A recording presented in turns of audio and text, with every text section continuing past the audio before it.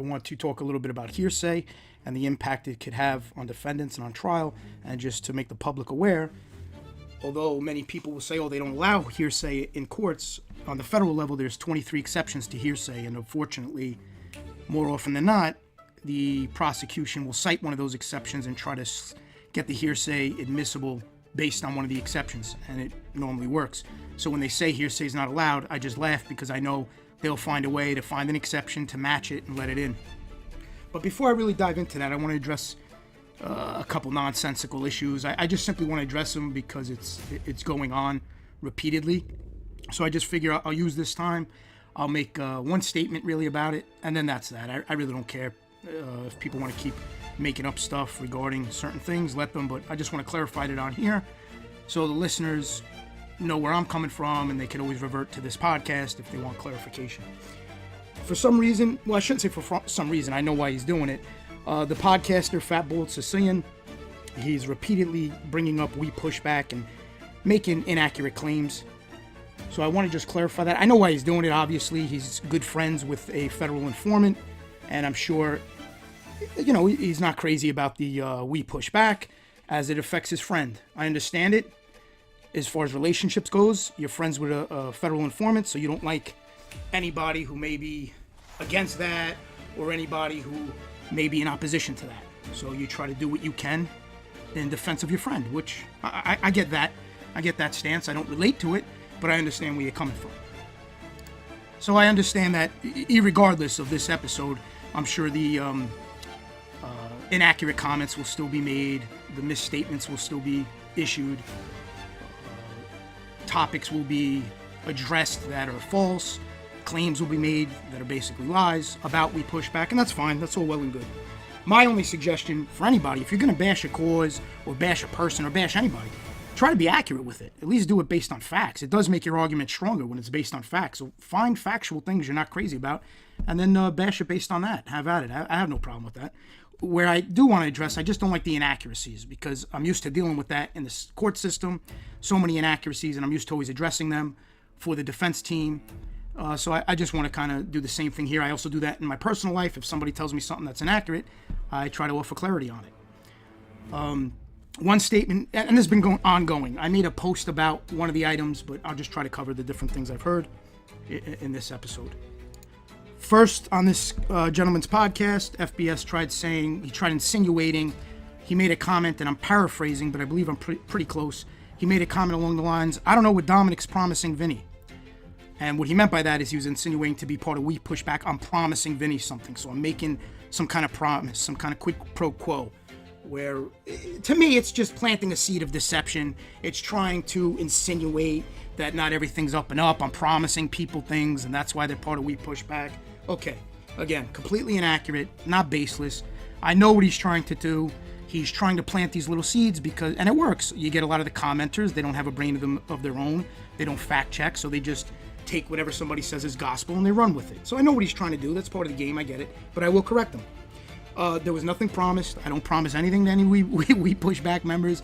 I guess if you want to say the agreement is that we're all going to be part of the same belief system. We all believe, whoever's joining this believes, they don't believe in aligning with, platforming, engaging with lying informants. That's the belief, the core belief of those who are members of We Push Back. So I try to build based on that, and the end game, the overall goal, is to eventually just bring attention to the fact that all of these lying informants that are on different platforms, talking about defendants, talking about family, friends, whatever. Everybody who's involved will offer another side and bring attention to the fact that you can't only listen to one side of things and assume that it's filled with truths. You need to hear everybody out, hear the different sides involved, and then make your determination. Now, I always say, and actually sometimes I say it ad nauseum, but I always say I'm not here to convince anybody of anything. I'm not here to tell anybody, oh, believe my side or believe what we're putting out. Don't believe the other side. It's not what I ever say. I've done 79 episodes. I never say that. What I do say is just listen to all sides. Weigh all the facts, weigh the information, and weigh the credibility of the citations. Then make your final determination. And whatever you conclude, you conclude. But I do ask you approach it with an open mind and hear everybody out. So I do always say that, and that's the same thing here. Not trying to convince anybody. given different side of things, hear everything out, and then you decide what you agree with, what you believe is truthful, and what you believe is not. So with that said, I want to address the different inaccuracies that Fat Bald Sicilian keeps putting out there in different ways. Initially, when he and I first spoke on a show, and I thought it was a solid debate. I believe we both got our point across. I believe we were both respectful. Again, I have no issues with the guy. Doesn't matter to me what his beliefs are. Doesn't matter to me who he's friends with. I don't know the person. So to each their own. He does his thing on here, I do mine. But I will address when misstatements are made. And unfortunately, he just keeps going on and on with the misstatements. So I want to have an opportunity to give my side of things, my perspective, and then whatever anybody wants to do, let them do. They want to keep making things up, that's fine. But I will have this memorialized so it can be referenced. When I first went on his show, the first inaccuracy, he said, iLight's part of We Push Back. I had explained, no, he's not. Go to wepushback.com and you see the members. He's not part of it. So then he said, oh, okay. He understood he had that wrong. Then he comes out with the, I don't know what Dom is promising Vinny Bracco. Again, trying to plant the seed of deception, trying to put it out into the space that there's something going on behind the scenes. That's fine. That's not accurate. It's very simplistic, actually. I explained. Anybody who shows interest in We Push Back, I approach them, see if they're interested in joining, or they could message me if they're interested in joining. I try to have a conversation.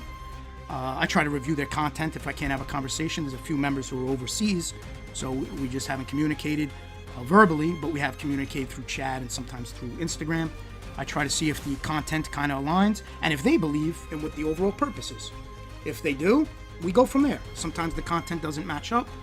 It's really not what we're about. I'll give you an example. I had a member who was putting out videos about content creators that weren't federal informants. I sent them a nice message. I just said, listen, if this is the route you're going on, I totally respect it.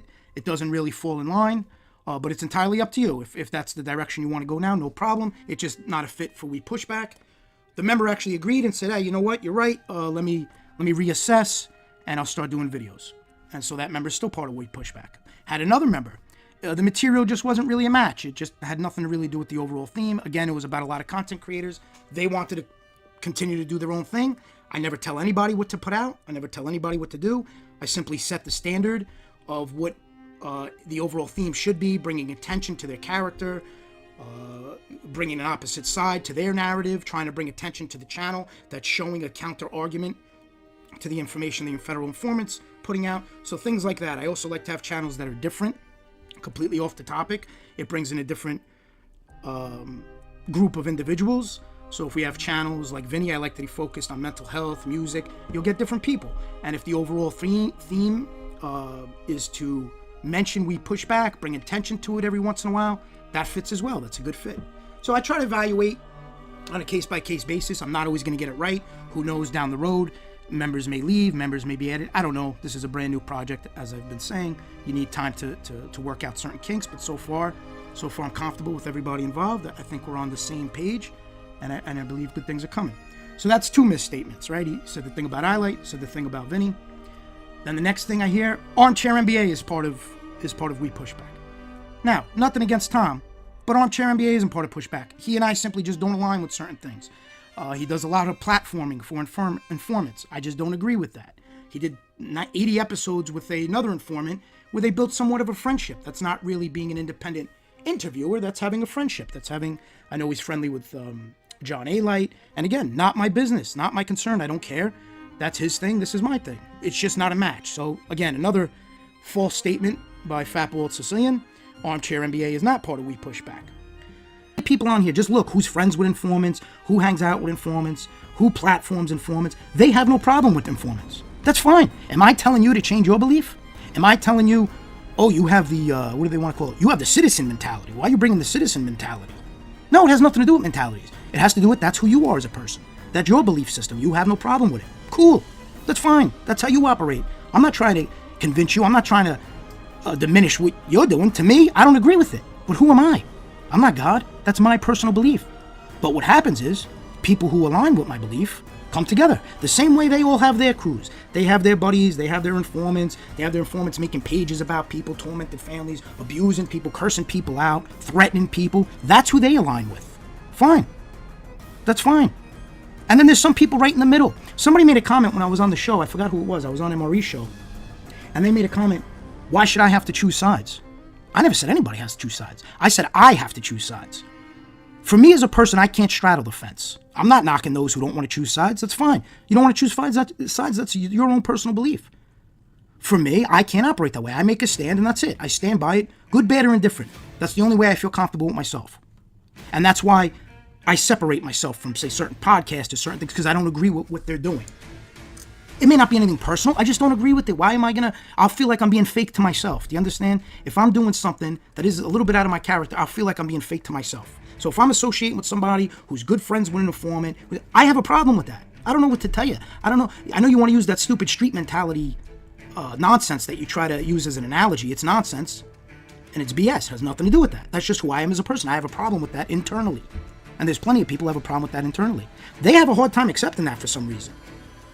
But I've seen on our side, we don't. I never tell anybody, don't listen to me, choose sides. I never tell them. I'm telling you I choose sides. This is the side I'm on. I'm against lying informants. Can't help it. Don't care who likes it and who don't. And I'm against people who side with lying informants and who platform lying informants. I have a problem with that. It's a moral dilemma that I have. I have a problem corresponding or interacting with that. It's just who I am. And I would be upfront. Say somebody wanted to address me or talk to me or this and that, and they were tied to a lying informant some way. I'm going to address that. I'm going to let them know I'm not comfortable interacting. It's nothing personal. We're on just two different sides of the fence. That's how life goes. Sometimes values are so different, it's hard to find common ground. And trust me, I find a lot of common ground in the business world and this, because it's not about that. It's not about that topic. We don't even go down that road about belief systems. We're there to do business deals. Let's do the deal. Let's make some money. You get service. I get some money. Everybody's happy. I'll perform for you. One thing about me, nobody will ever outwork me. There's people smarter, more intelligent, more capable, more degrees, but they'll never outwork me. And that's one thing I teach my kids. That's something you could control. Don't ever have somebody outwork you. If you outwork and you're a worker and you're ambitious and you have that drive, that is one of the most powerful tools you could have. That could trump intelligence. I've seen a lot of lazy, intelligent people, so basically their intelligence is wasted. A lot could be made up for in your work ethic and in your beliefs, and on what drives you. Drive and ambition. A lot could be compensated for that. What you may lack in other areas, you'll definitely compensate for when you have that drive and you have that ambition. And you need to have thick skin, and you need to be able to go against the opposition, and you need to not have things bother you. I say it all the time, nothing on here could ever bother me. I've gotten the tough guy emails, messages, people trying to be tough and aggressive. I find that comical. You're really let me see, I guess I would say you're really that hyped up, I guess, or that aggravated about a situation. All of my information's out there. Call me. Come to my office. We'll have a debate about it. We'll have a discussion about it. Keep the tough guy nonsense to yourself. Go impress somebody else with it. Go tell stories with it. Do whatever. I like to deal things face to face. I got a problem with somebody, I call them directly, and I deal with it that way. Somebody has a problem with me or something, that's the way things should be worked out. Call me directly. We'll work it out. That's why it means nothing to me, these random comments. It means nothing. I don't care about that. I expect a lot of opposition. I think this is the tip of the iceberg, because the bigger this thing gets, the same way that defendants and family members have family, these lying informants have family, right? And friends. So I'm sure they're not happy. They don't like somebody going after their loved one. That's life. I know that. I accept that. And I understand that. They're going to be upset by that. I get it. We're going to battle it out. We'll battle it out. I'm sure I'm going to get a lot of comments, emails. I've gotten them in the past. I've gotten them currently. I'm sure I'm going to get them in the future. It means nothing. It'll never derail. It'll never change my position. And it'll never change my goals here. It's just not going to happen. And I'm going to be honest with you. Things like that always fire me up. When I get opposition, I'm the type of person that I use that as fuel to fire me up. I've been like that my whole life.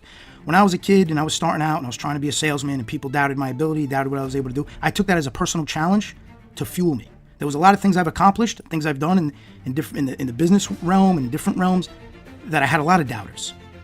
And nothing is more satisfying, let me tell you, that when you prove doubters wrong, or you show them what you could do. It's a great thing to be underestimated, to be shooed away, act as if you're insignificant. It's a great feeling when you show somebody what you could do. I welcome that. The way I look at those things is game on. You bring your game, I'll bring mine. Let's see how it goes. Game on, people. That's how I see it for those opposing, those upset, those making comments, those trying to say I'm glorifying, those trying to say he's bringing street mentality. It's all nonsense. It's all to detract, deflect, and try to win over their audience, so their audience says, well, I don't glorify the mob, so I can't support that. Yeah, well, you don't have to, because nobody here does. What I'm doing doesn't do that. But that's the trick that a lot of these hosts do, these podcasters, these lying informants. That's the trick that they're using. They're trying to say, well, if you agree with this whole pushback thing, you're glorifying the mob. No, that's not true. Stop lying. Again, You get in a bad habit. I want to tell the podcasters who are going down that road, you must be hanging out with those lying informants too long, because now you get in their bad habits of making up things. Not true, not accurate at all. Focus on the content. Focus on the words being spoken. Focus on the theme of things. Then come and try to tell me what is really going on. And for those with the whole street mentality, always using street mentality, that's street talk.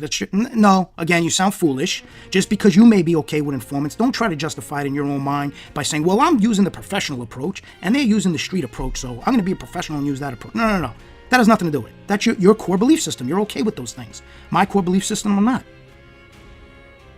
And people try to say, well, we can find common ground and talk. You have to understand something in life. When you have strong beliefs and you adhere to certain group of values, you just can't associate with certain people. You just can't until you maybe vet it out, you talk about it, you understand it, and then you give your perspective. I like to give my perspective. I like to tell them, okay, a lot of people were giving me, I've received a few emails, well, why don't you talk to this one and that one? They have a podcast. And here's my thing. Well, I have a problem doing that because they're friends with informants and they talk to informants. That doesn't make me street. That makes me that's an internal belief system. And I don't like to associate that, so I'd rather not engage with that person. Is that what they're trying to say? They're trying to say that if you have that belief system, you're a street guy? That's ridiculous. It's a belief system. It's how you grow up. It's your moral code. So I can't make it any more clear than that, but I wanted to address that because I've seen that going on. Nonsense. Zero to do with street, more to do with... I'll give you a prime example. Let's say these weren't lying informants. Let's say they were degenerate pedophiles doing podcasts, and podcasters were hosting them and being friends with them. How many of those podcasts do you think would be doing that? It'd probably be a lot less, right? Because the majority of the public, who are good people, would be against that, correct? So if they're against that, they're not going to platform them, they're not going to put them on. Is that street mentality? No, that's their moral belief. That's where they reach their limit. Everybody has their limit and everybody has their boundaries. That is their boundaries. You can't change that. That's how societal makeup, that's how people are. Everybody's an individual. They each have their limits. They each have their boundaries. And sometimes it's too far. You don't want to cross that for yourself. So you got to stop with the whole street nonsense. It has nothing to do with that. Get that in your head. It has nothing to do with that. It's just who we are as people, how we're brought up, and what we have in play that guides us through this world. How do we navigate this world? How do we know who to deal with, who not to deal with? It's all individual personalities. There's many on here. Say it again. I have no problem with informants, they'll say. I don't care if they're informants. They're my good friend. I love them. We hang out. Great. I'm not trying to change your beliefs. Those are your beliefs.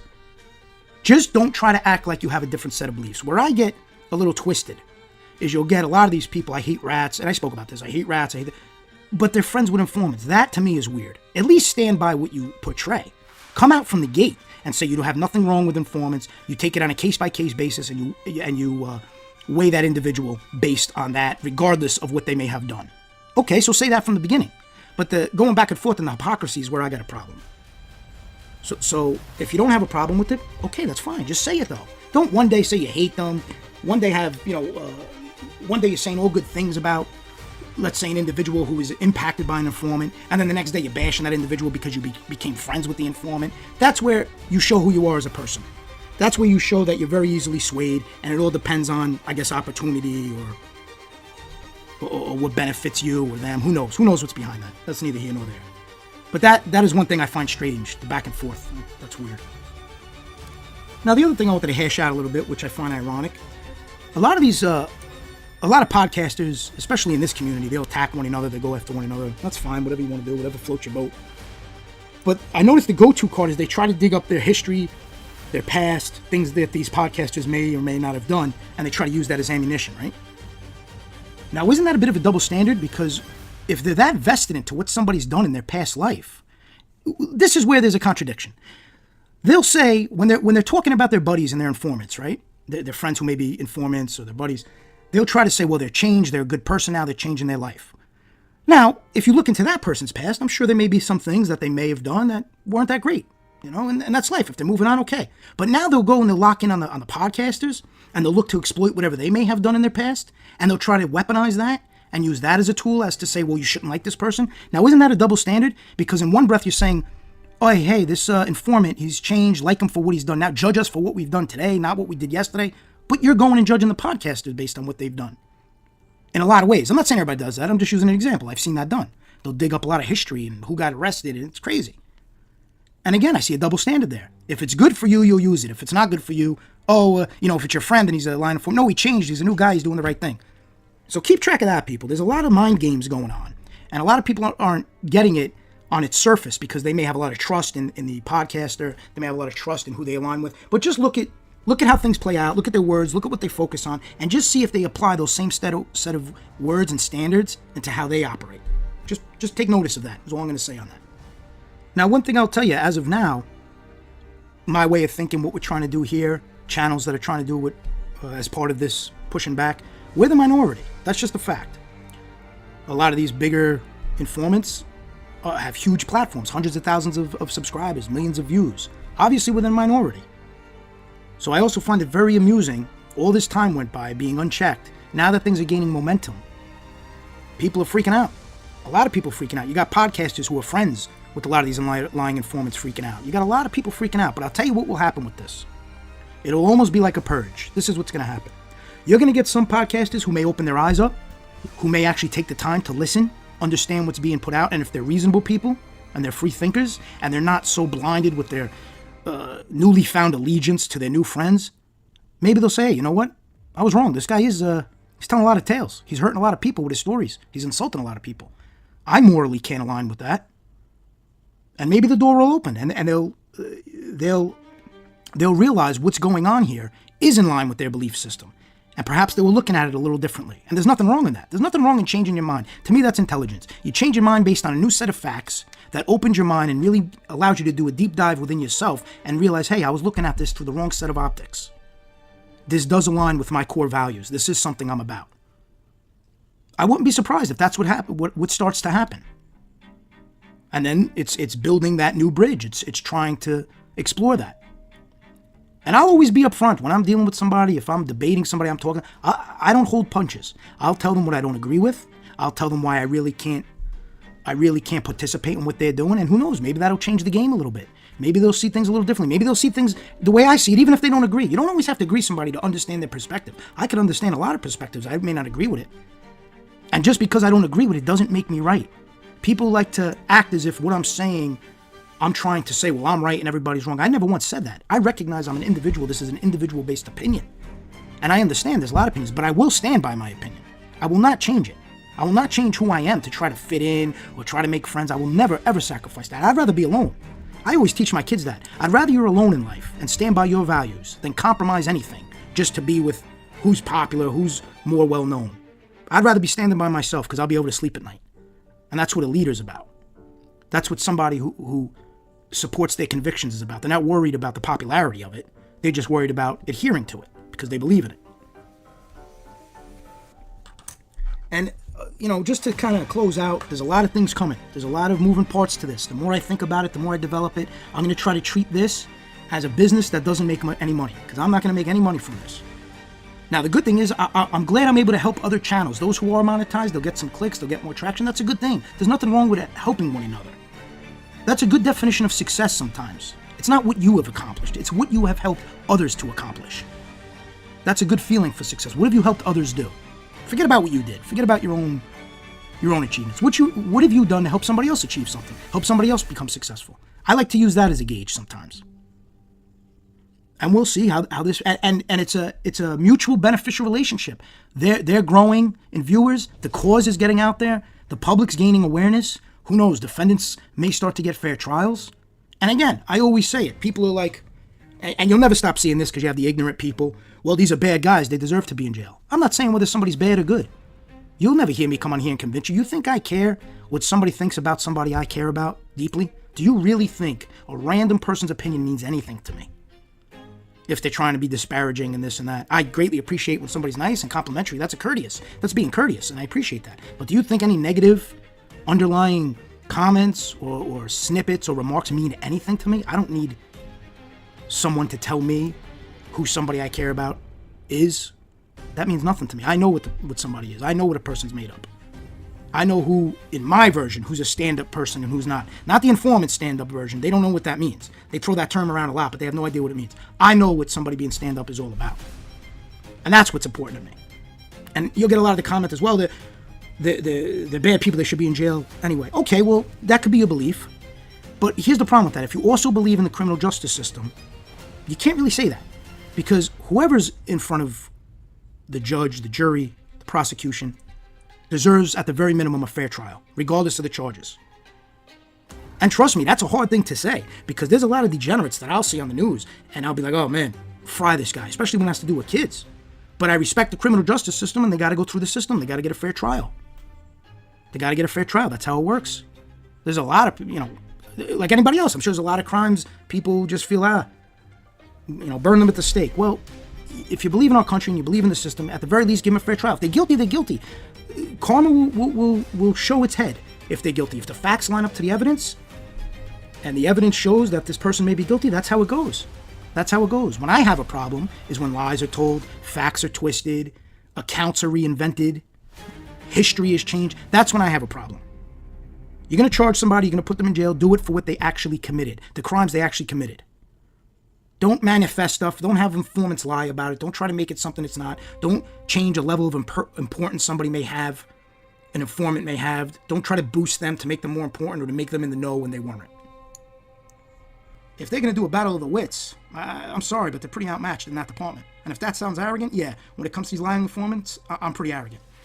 I know I'm a better person than them on every level. So I find those feeble attempts, those elementary attempts, funny to me. The attempts they do are funny to me. See this? This isn't funny. What I just showed you, that's not funny. That's degenerate. That's low life. What they try doing to me, that's funny. That's entertaining. That's the best they got with their stupid insults, and they'll try to attack my father, and they'll try to say nasty things.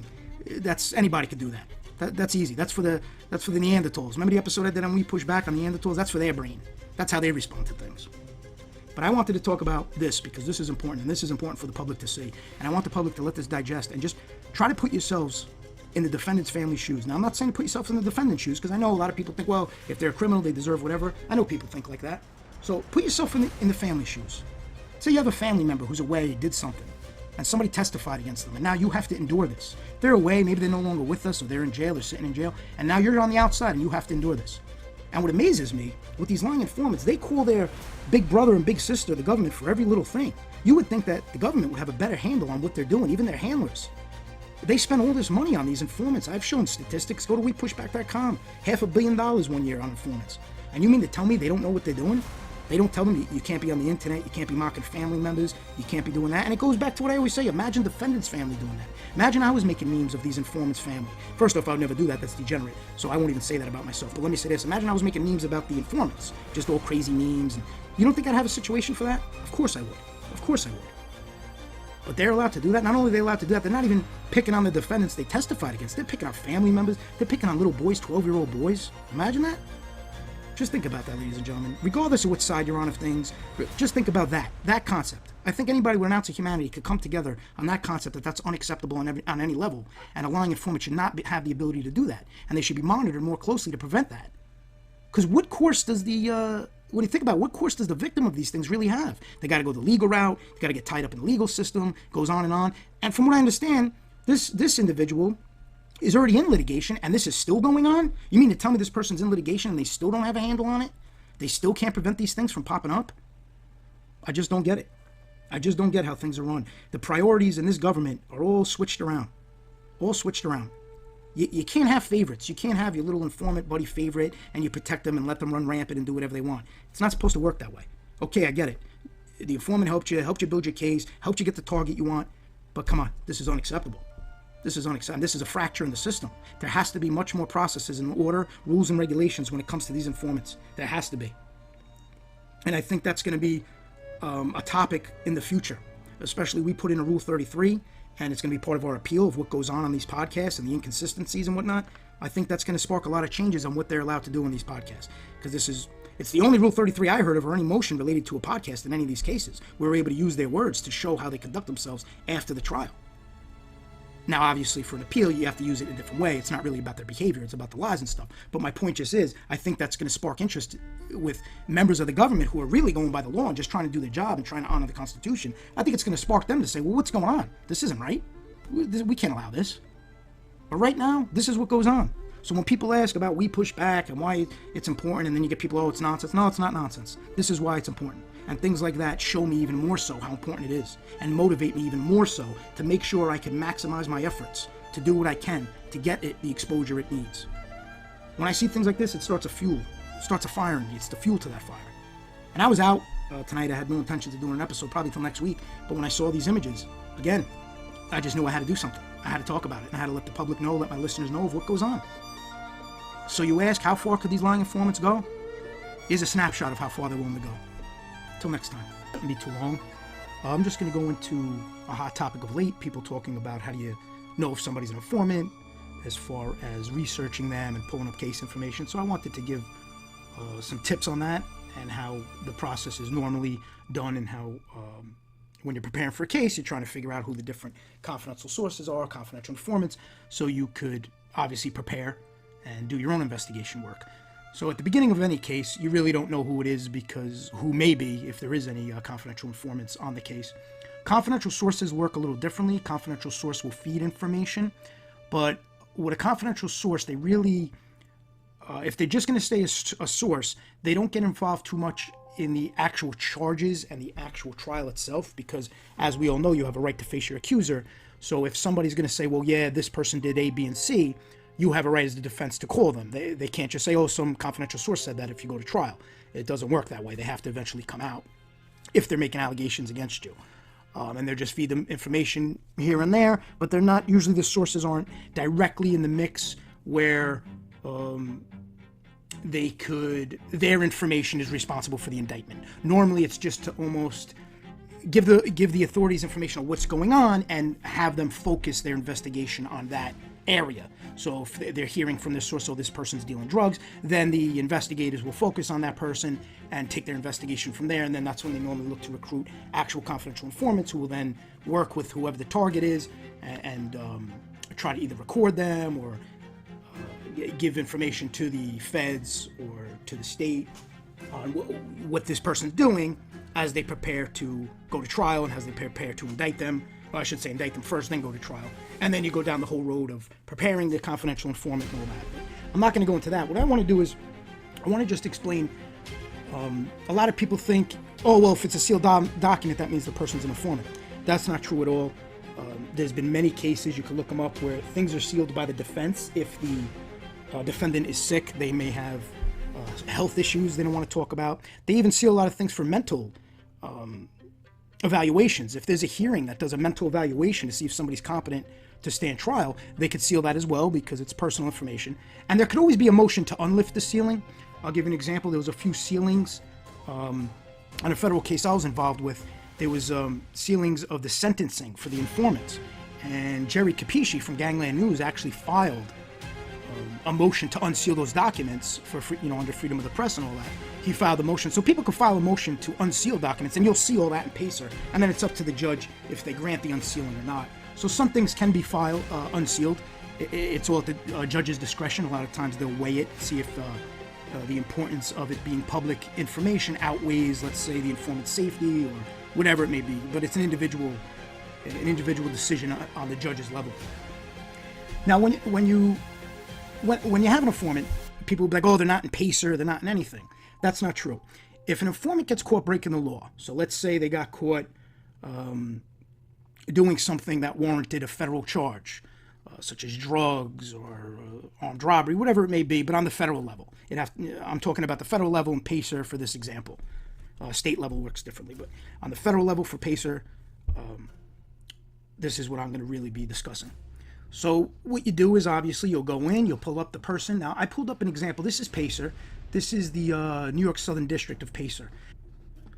Now, this person was an informant, so a well-known informant that I've done some episodes on. So this individual, what a lot of people think is, oh, if they're an informant, they wipe out all their records from the system, anything they ever done so they could work confidentially. That's not accurate. When somebody commits a crime on the federal level, it'll automatically, this is the docket sheet. If you go to PACER, you can run the docket sheet. So it'll automatically generate, the docket sheet. It'd be entered into the system as a complaint. So I'm just going to show you the example. What happens is the complaint hits the system. So this is this complaint. The complaint hits the system, and they give you all the information about the complaint. This had to do with his drug dealing. He got caught dealing drugs. while incarcerated as a federal prisoner at Putnam County. Now, what's important to remember about this, he was already an informant. He was already working with the government, and it hit the system. Okay, it's in Pacer. Okay, so people think, oh, well, it's not even going to show up in Pacer if he's an informant. That's not accurate. The charges will still be brought. It'll hit the system, and you could still have the ability to go through the complaint and see what took place. Now, this is where it really relies on the defense team and the investigation to start putting the pieces of the puzzle together. That's when you try to figure out, you try to just figure out and understand if this person may be an informant, may not. So you have to do a lot of research, and you have to follow the case. And I want to show you an example. So now here's the complaint. They go through the whole thing. They get arraigned, the charges, everything's explained out. They're talking about whatever this informant had done, and it was all around heroin and stuff. He was offering heroin and Suboxone, I guess. Yeah, all kinds of drug stuff. So now what happens is, okay, you see that first document, you see the complaint.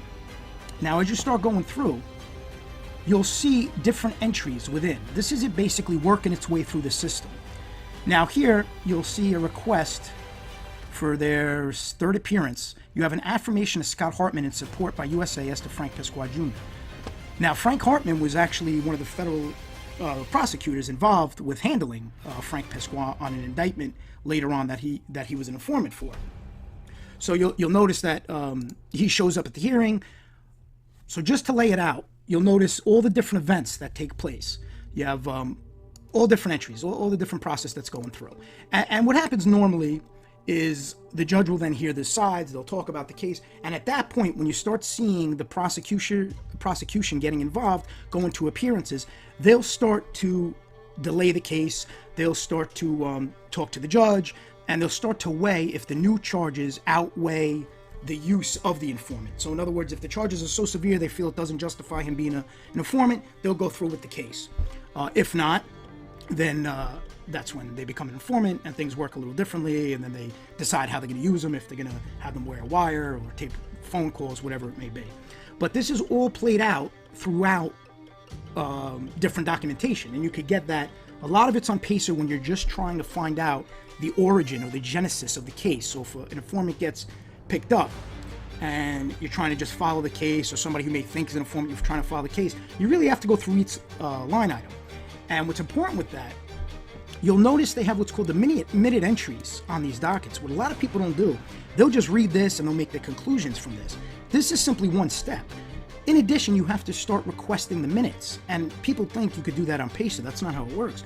To request the minutes, you have to find out who the transcriber was for the case and for the day. There's different transcribers who show up at different days. So you have to find out who that transcriber is, and then you have to order the minutes, and you can read in the minutes. And throughout the minutes, a lot of the times, that's when you start to be able to put the pieces of the puzzle together by what they're talking about, what they're referencing within the courtroom, how they're discussing the case, how they're discussing the charges. Again, it's all putting pieces of the puzzle together to see what your conclusion is, because a lot of times you don't know who the informants are until right before trial, and then they have to divulge anybody they're calling to testify. So that's normally when as you find out, but in the discovery, you don't know initially who it is. And I'll give you an example of that. I want to just show you what it looks like when it's in the when you get a piece of paper in the discovery. Now I redacted a lot of information, but this is a one of the CI's initial documents when they first start talking to the FBI about information, okay, and working with them and whatnot. You'll notice it's all documented in the discovery. They have the information, they tell you the dates, who was present, see on such and such date, they redacted the name to protect the identity, to give the date of birth, participated in an interview at Rikers Island Jail. Now remember, this is the state level. This was at the state level, and this is now the feds went in to talk to this individual. All that has to be documented on the discovery. Now, defendants and whatnot, they'll be able to put it together who they're talking to, because you know who was involved, who was around you. So you're able to kind of put those pieces of the puzzle together. But they don't really give you the names. They'll use abbreviations.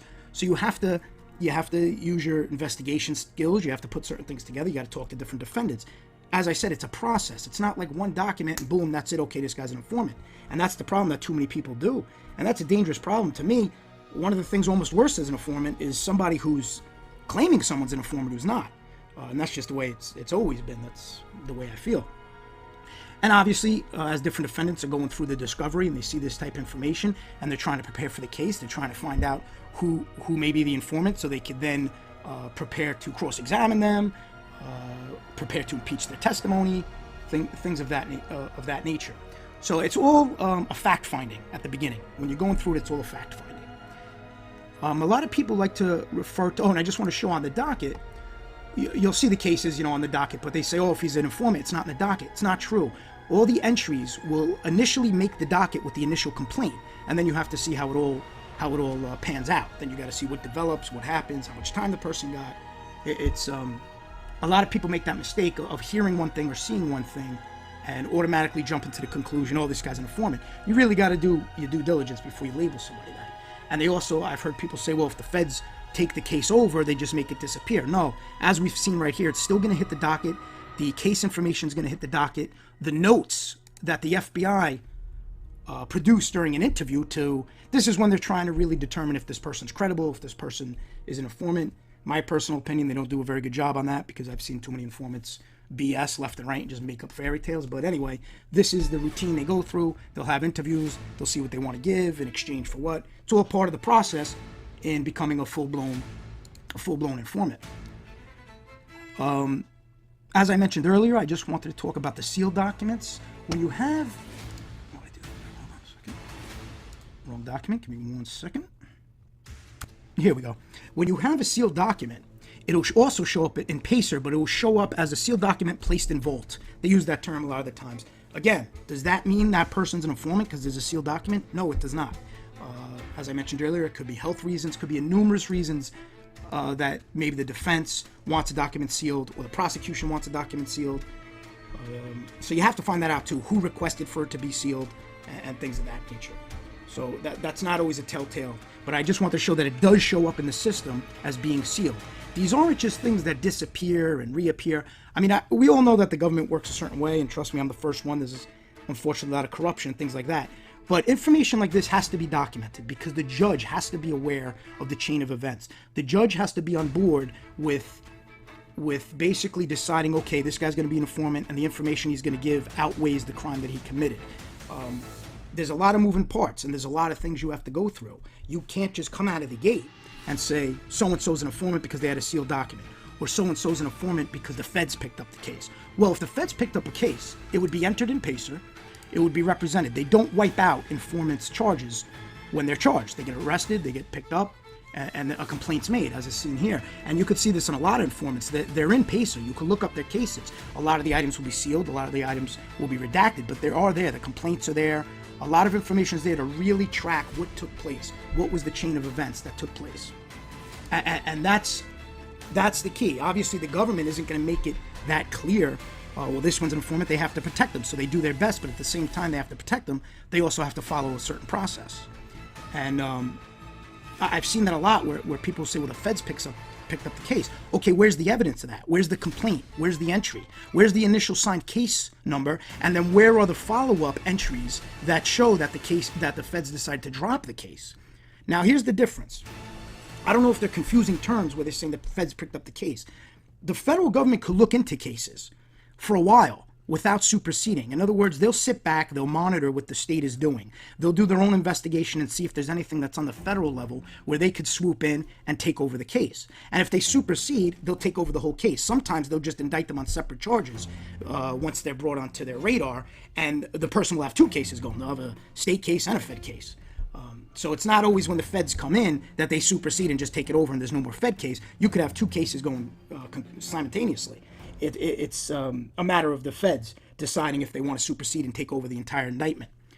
And what will happen a lot of times is that the different departments will converge when a complaint is made or they're aware of somebody, and they'll kind of work together with one another as the investigation's going on, as the case is getting ready for trial, deciding, all right, are we going to step in and take this over, or is this really nothing we could charge on a federal level? It has to stay on a state level. But if they do decide to take it over, it has to be documented. There has to be some kind of documentation that shows the indictment number, shows the complaint, shows all that information.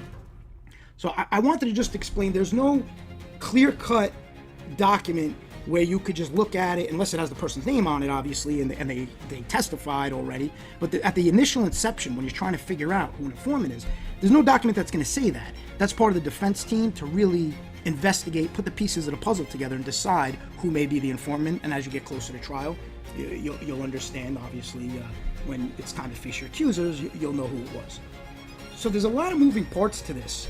Now, it's a lot of people make the mistake. I heard a lot of people online having different debates, and they would say, well, I spoke to a federal attorney and I told them, what does it mean if the feds take over a case, but they don't do anything about it from the state and it just disappears? Now, if you explain something like that, obviously any attorney is going to be like, well, that sounds fishy. I would say the guy's an informant.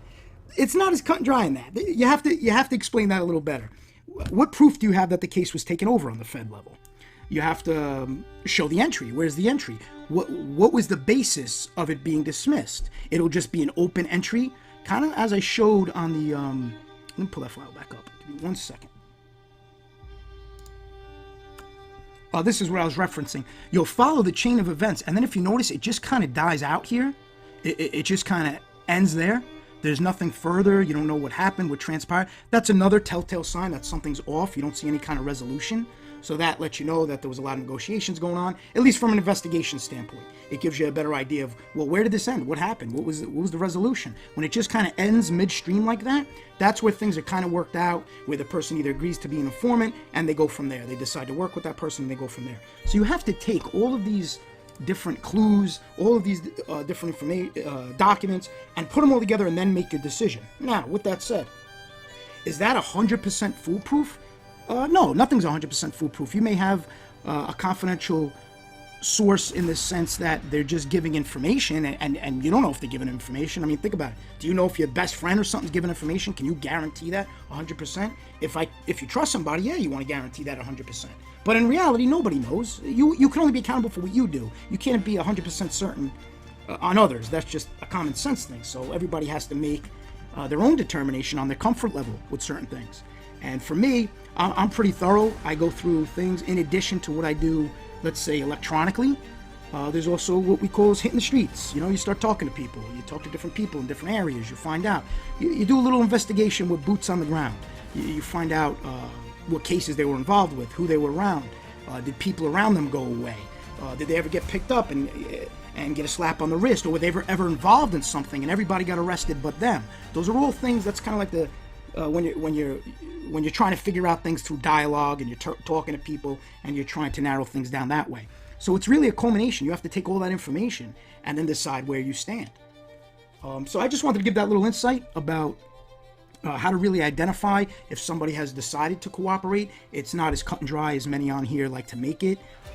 It's not a matter of just saying, oh, the feds took it over, but there's no proof of that. There's no entry of that. There's no docket of that. There's no representation of that. Those documents would have to be analyzed to make that conclusion. And what's important that I haven't seen anybody do when they're talking about different cases, and as we know, they've been talking about certain content creator and trying to say he's an informant. But I noticed nobody posted any minutes from any of the hearings. You got to post the minutes from the hearings, because in the minutes, you're going to be able to read who was present at court. Now, if there's court sessions and there's not one federal agent present, not a federal prosecutor present, that's a telltale sign that they may not be working with the feds, because there's nobody there just to see what's going on, whereas they could then report back to their superiors and inform them, okay, this is going on with our confidential informant, this is going on with our confidential source. So it's very important you pull those minutes, you see who was present at the different hearings, you see what the judge said, you see what the defense said. As you put all that together, yes, you could figure it out. On the cases I was involved in, we were able to figure out before it was divulged every informant pretty much involved, and it was all based on looking at the discovery, looking at the docket entries, looking at who was present during the minutes. But all of these things have to be done. It can't just be one piece of paper. One piece of paper can make anybody look like an informant if you interpret it a certain way.